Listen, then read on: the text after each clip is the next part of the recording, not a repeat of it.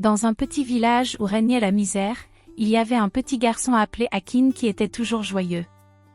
Les autres enfants du village ne comprenaient pas pourquoi Akin était souriant malgré la souffrance que le village vivait. Chaque fois qu'il manquait de la nourriture dans la maison d'Akin, il partait dans les champs et revenait toujours avec plein de provisions. Ses parents et les habitants du village ont commencé à trouver cela suspect, alors son père nommé Elonga a décidé de lui poser des questions. « Akin, où prends-tu de la nourriture à chaque fois ?» Akin répondit. « Père, chaque fois que je m'en vais chercher de la nourriture, en cours de route je trouve toujours un paquet de provisions. » Elonga, après avoir entendu cela, il se mit en colère en disant. « Akin, donc à chaque fois tu nous fais manger les repas d'un inconnu, et si cela nous porte préjudice, que vas-tu faire ?» Akin répliqua.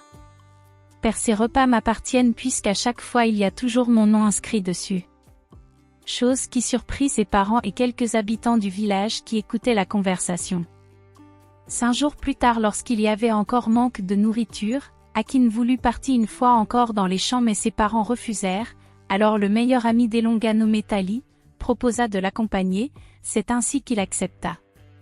Malheureusement cette fois-ci Akin ne trouva pas de la nourriture. Après quelques heures, ils rentrèrent et Tali commença à traiter Akin de sorcier en prétendant que ce dernier ne ramassait pas la nourriture, mais plutôt qu'il les faisait apparaître. Il ajouta que Akin n'eût pas trouvé de la nourriture cette fois-ci parce qu'il était accompagné, et donc il était impossible pour lui d'invoquer sa magie noire. Les parents d'Akin et tous les autres habitants du village commencèrent à avoir peur du petit garçon. Depuis cette révélation, Akin était à présent la risée de tout le village. Ses parents le frappaient chaque fois qu'ils eurent la possibilité. Certains ajoutèrent même que Akin était la cause de la sécheresse dans les plantations. Dès ce moment, Akin ne partit plus dans la forêt et resta enfermé à la maison de peur d'être battu. Le petit garçon innocent ne comprenait pas lui-même pourquoi il trouvait toujours ses repas sur la route, tout ce qui l'inquiétait était que ses parents ne meurent pas de faim. Chaque fois avant de rentrer avec les repas, il les goûtait toujours pour vérifier s'il n'y avait pas de poison ou quoi que ce soit qui pourrait tuer ses parents.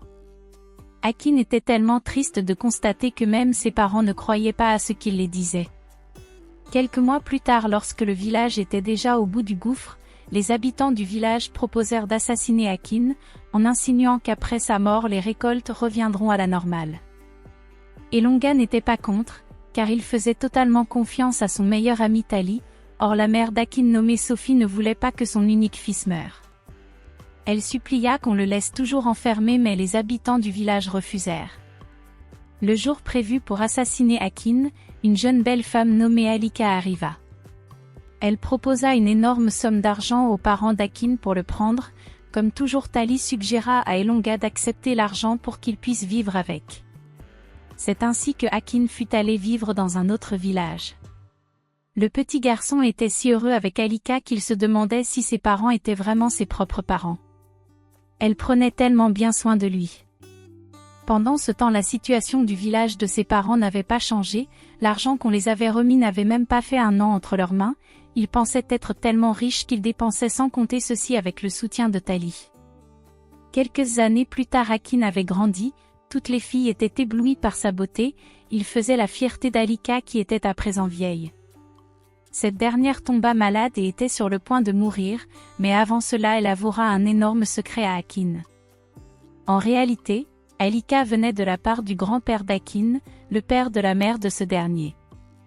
Dans le passé, lorsqu'Elonga voulait épouser Sophie, le père de cette dernière refusait ce mariage, alors Elonga et son meilleur ami Tali avaient organisé un plan pour assassiner le père de Sophie. Ils ont réussi à le tendre un piège dans la forêt et l'ont poignardé. Le père de Sophie avait été sauvé par Alika qui était une pauvre fille du village voisin. Elle prit soin de lui quelque temps et lorsqu'il était un peu plus en santé, dans la colère il alla voir un féticheur pour rendre pauvre tout son village. C'est à ce moment que le féticheur lui annonça que sa fille Sophie était enceinte, il n'était pas ravi de la nouvelle mais accepta cet enfant innocent.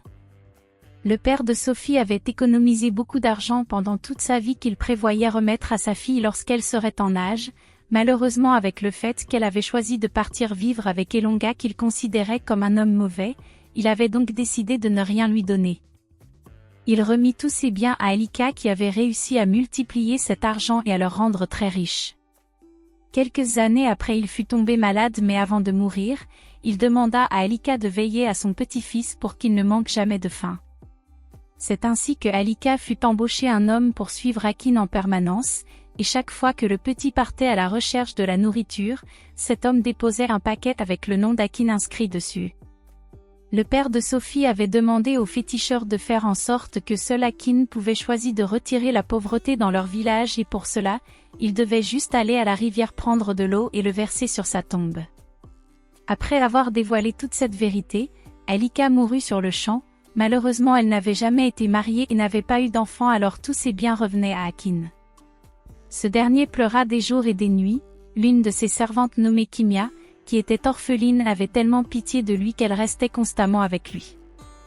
Akin peu à peu commença à s'intéresser à elle, les filles du village qui le tournaient autour étaient tellement jalouses qu'un jour, elles ont failli frapper Kimia dans la rue. Heureusement Akin arriva à temps pour la défendre et interdit toute personne de s'approcher d'elle, puis il lui proposa qu'elle vive à présent avec lui, car les servantes rentraient chaque soir après le travail. Un an plus tard Akin officialisa sa relation avec Kimia et ils furent se marier. Kimia connaissant l'histoire d'Akin, elle supplia ce dernier d'aller retirer ses parents de la malédiction. Il était tellement en colère contre son père Elonga qu'il refusa. Des jours passèrent et Kimia insista, ceci en disant à Akin de penser à sa mère Sophie qui était l'innocente au milieu de tout ceci.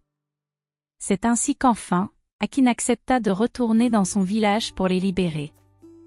Le jour de son arrivée tout le monde était surpris de le voir si élégant, car Alika en le prenant disait qu'elle voulait faire de lui son esclave. Akin voulait faire payer son père et son ami Tali pour le meurtre de son grand-père. Il raconta toute l'histoire à sa mère Sophie qui commença à pleurer en regrettant son ignorance. Elonga faisait tout ce que Tali lui disait parce que ce dernier le menaçait de révéler ce qu'il avait fait à son beau-père. Dans la colère Sophie alla raconter à tout le village que la pauvreté qu'il subissait était la faute d'Elonga et de Tali qui ont assassiné son père. Pour le prouver, Akin alla prendre de l'eau de la rivière et le versa sur la tombe de son grand-père.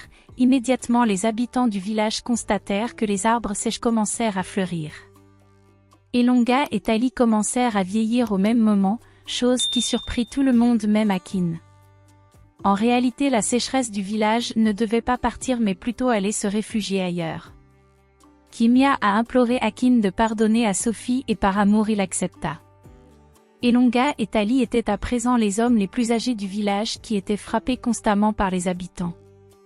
Il a été proposé de les tuer mais Akin refusa en disant qu'ils ont déjà assez payé ainsi. Tout le village demanda à présent pardon à Akin pour tout ce qu'il lui avait fait subir dans le passé. Ainsi s'achève cette histoire. La morale de cette histoire est qu'il ne faut jamais faire du mal pour obtenir quelque chose de force car tôt ou tard on le payera, et aussi éviter de suivre les mauvais conseils de nos soi-disant meilleurs amis qui font semblant de nous aimer. Si l'histoire vous a plu alors n'hésitez pas à aimer la vidéo et de la partager avec vos proches. Surtout n'oubliez pas de vous abonner à la chaîne et d'activer la cloche de notification pour plus d'histoires pareilles.